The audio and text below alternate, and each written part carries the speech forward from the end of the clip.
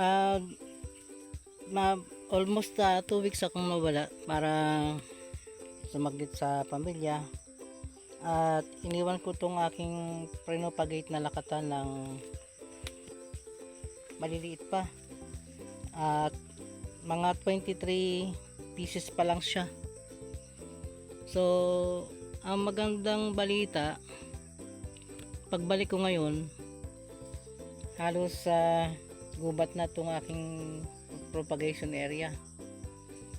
Ang dami na, hindi ko pa mabilang kung ilan, pero dati 23 lang yan. So yan ang magandang balita.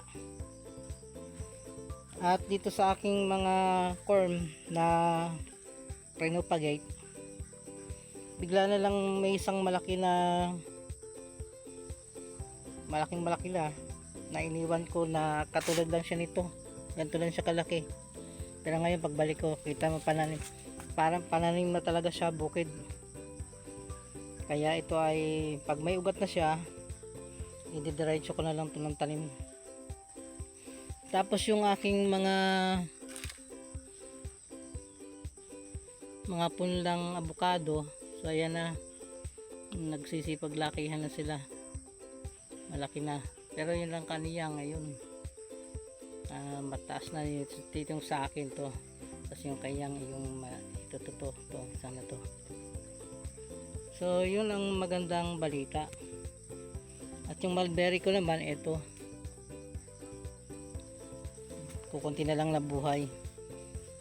Magandang balita yun. Pero ang pangit na balita, yung aking saging na binili ng 1.6, dalawa lang na buhay. So papatawirin pa tong isa. Ayan, yung mga iba wala, hindi maasahan. So yun ang nangyari.